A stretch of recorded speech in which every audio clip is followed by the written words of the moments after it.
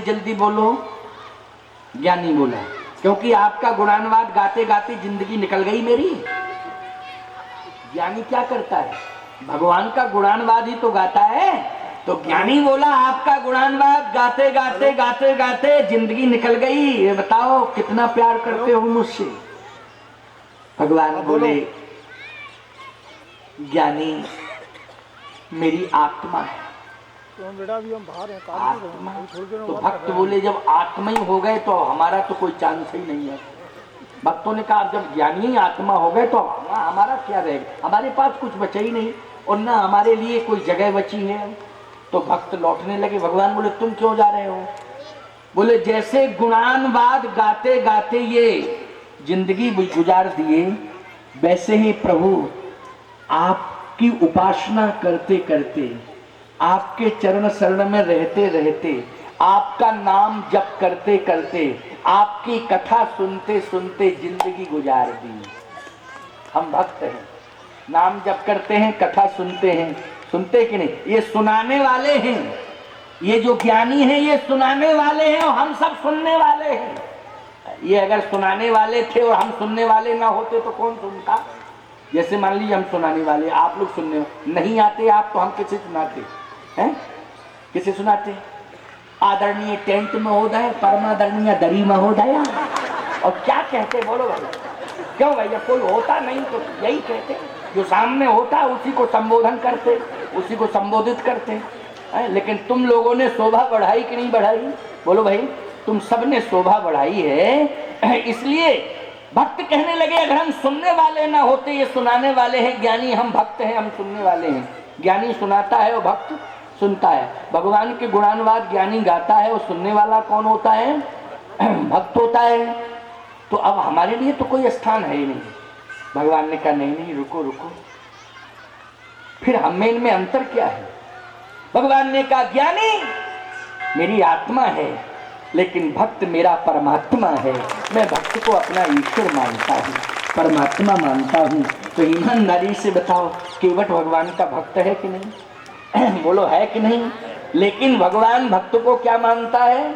भगवान परमात्मा स्वयं, परमात्मा यदि किसी को मानता है, भगवान ही किसी को अगर भगवान मानता है तो वो भक्त को मानता है।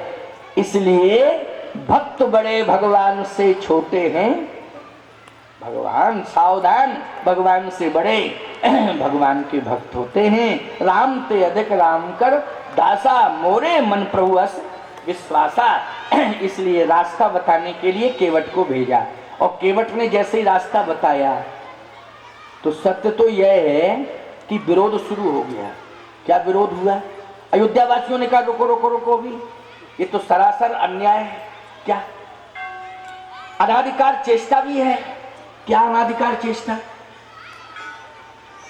अगर ये केवट है तो ये पर्वत पर क्यों चढ़ा? क्योंकि केवट का संबंध ऊंचाई से होता ही नहीं है। केवट का संबंध तो गहराई से होता है। क्यों भाई? केवट का संबंध बोलो ऊंचाई से होता है कि गहराई से होता? बोलो जल्दी। गहराई से होता है। या तो ये केवट नहीं है, और अगर केवट है तो अनाधिकार चेष्टा है। ये ऊंचाई पर क्यों चढ़ा? इसको गहराई में जाना चाहिए था, लेकिन तब केवट ऊंचे चढ़ था, ये सीधा ही चढ़ गया। तो ये कैसा केवट है जो ऊंचाई पर चढ़ गया? इसका संबंध गहराई से होना चाहिए। भरत जी ने कहा यह बात तो तुलसीदास जी से पूछो। और केवट भी बोला हमें तो तुलसीदास जी ने चढ़ा दिया। चढ़ गए, जो चढ़ाएंगे तो हम चढ़ेंगे। तुलसीदास जी से कहा तो तुलसीदास जी ने कहा भगवान शंकर से पूछो। शंकर जी जाने, गंगेश्वर नाथ भगवान जाने, उनसे पूछो। उन्होंने जैसा बताया, क्योंकि मैं तो देख नहीं रहा था, प्रत्यक्षदर्शी कौन है? भगवान गंगेश्वर नाथ। उन्होंने जैसा कहा वैसा मैंने लिख दिया। भगवान गंगेश्वर नाथ जी से पूछा गया कि गंगेश्वर नाथ भगवान, केवट का संबंध गहराई से होता है, लेकिन आपने इस केवट को ऊंचाई पर क्यों चढ़ाया? तो गंगेश्वर नाथ भगवान ने कहा दुनिया वालों, राम जी जितना विचारों में कोई ऊंचा नहीं है और भरत जी जितना भावों में कोई गहरा नहीं है। जो ऊंचाई से भी परिचित हो और गहराई से भी परिचित हो, वही राम और भरत का मिलन करा सकता है, सामान्य के वश की बात नहीं है। ये केवट ऊंचाई से भी परिचित है और गहराई से भी परिचित है, तभी राम और भरत का मिलन कराने जा रहा है। ये सबके वश की बात नहीं है, इसलिए केवट साधारण नहीं है। इसमें ऊंचाई भी है विचारों की और भावों की, गहराई भी है। इसलिए कहा नाथ देखिए हैं बिटप विशाला, पाकर जम्बू रसाल तमाला। और भरत जी ने जैसे सुना तो करत प्रणाम चले दो भाई, कहत प्रीति सारद सखु चाई, पाहि नाथ कहीं पाए गुसाई, भूतल पर कुट की नाई, बचन सप्रेम लखन पहचाने, भरत प्रणाम करत जिय जाने।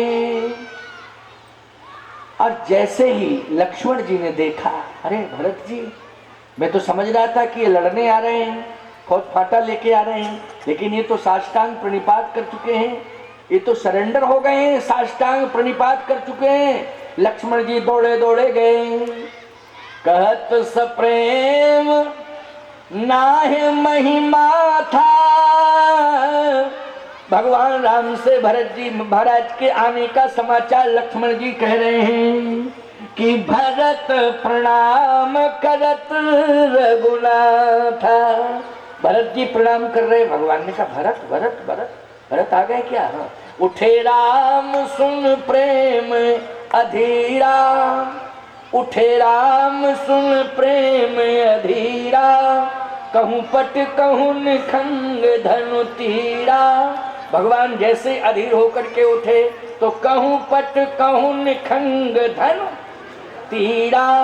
कहीं पट गिर गया, कहीं धनुष गिर गया, कहीं तूड़ीर गिर गया, बाण गिर गया।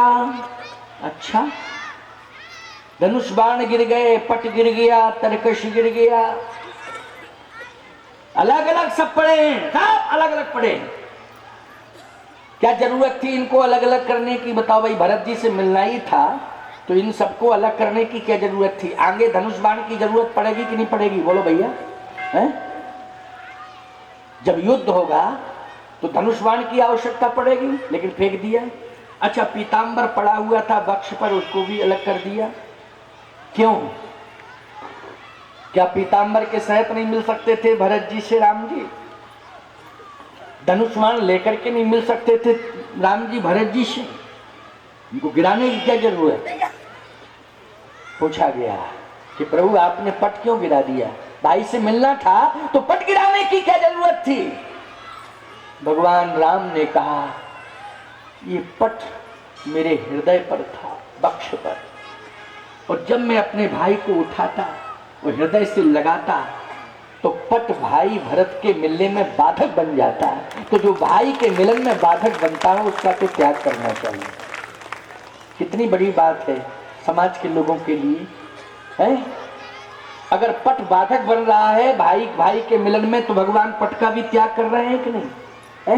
वो आज का भाई कपट भी हृदय में रखे और मिल रहा है प्रेम। भगवान तो पट भी नहीं रख रहे हैं, पट का त्याग कर रहे हैं। तो आज भाई भाई कपट बना करके भी मिल रहे हैं। खबरदार, जो भाई भाई के मिलन में कपट पैदा कर रहे हैं, बाधक बन रहे हैं, उनसे दूरियां बनाने की जरूरत है। उनको दूर करो, ऐसे लोगों से दूर रहने की जरूरत है।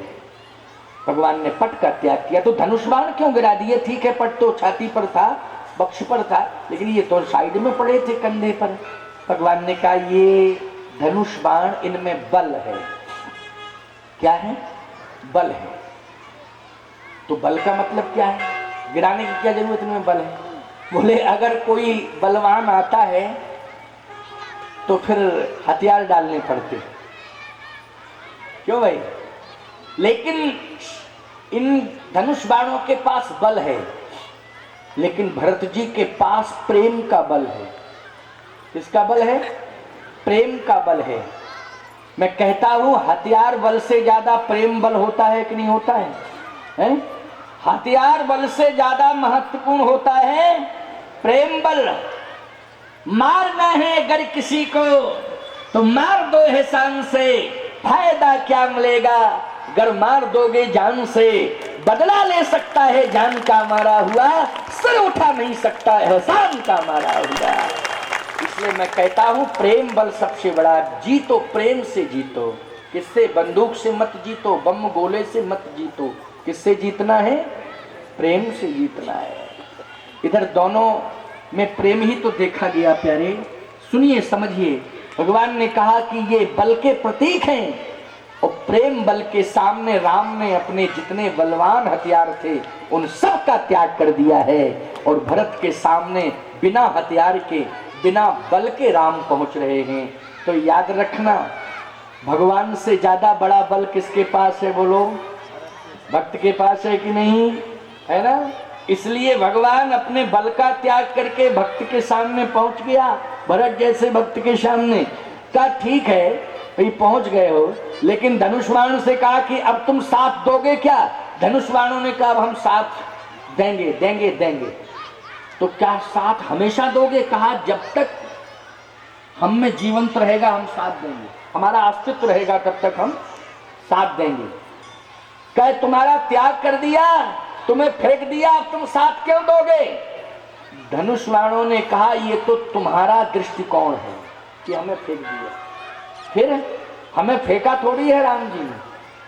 राम जी किसी को दूर नहीं करते, जो राम जी से जुड़ गया वो तो उसके पास ही रहता है, उसे दूर थोड़ी करते। अरे तुम्हें तो गिरा दिया ना, देखो फेंक दिया।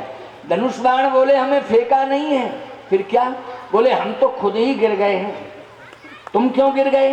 बोले मैंने देखा एक भगवान राम के छोटे भाई भरत जो संत भी हैं, शिरोमणि संत हैं, भक्त भी हैं, भक्तों में भी श्रोमण भक्त हैं, ऐसे भगवान के छोटे भाई पृथ्वी पर पड़े हैं और हम अब आगे अकल मकल के कंधे पर चढ़े हुए हैं। ऐसी दशा में तो मुझे भी धरती में गिरना चाहिए, इसलिए हम तो देख करके गिर गए हैं।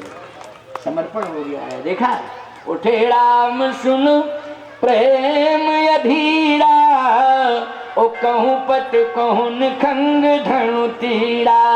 बरवस लिए उठाई उर, राम जी ने भरत जी को जबरदस्ती उठाया। बरवस लिए उठाई उर, लाए कृपा निधान। भरत राम की मिलन लखी, बिसरे समय अपान। परम प्रेम पूरन दो भाई, मन बुद्धि चित यही मित बिसराई। प्रेम उधर से चला इधर से प्राण सिधारे। प्रेम और प्राण का मिलन हो गया चित्रकूट में। प्रेम उधर से चला इधर से प्राण सिधारे, वो दोनों ही मिल गए देह मंदिर के द्वारे। एक दूसरे को जब दोनों ने अपनाया, तो पता नहीं कब किस में कौन समाया। प्रेम तत्व के सिंधु में प्राण बिंदु जब खो गया, तो पंच तत्व तन त्याग कर अलख निरंजन हो गया। इसलिए परम प्रेम पूर्ण दो भाई, मन बुद्धि चित यही मित बिसराई। आज दोनों भाइयों का मिलन ये आप सबके लिए संदेश देता है कि भाई भाई प्रेम से मिलें और छोटे भाई के जीवन में भावों की और समर्पण की गहराई होना चाहिए।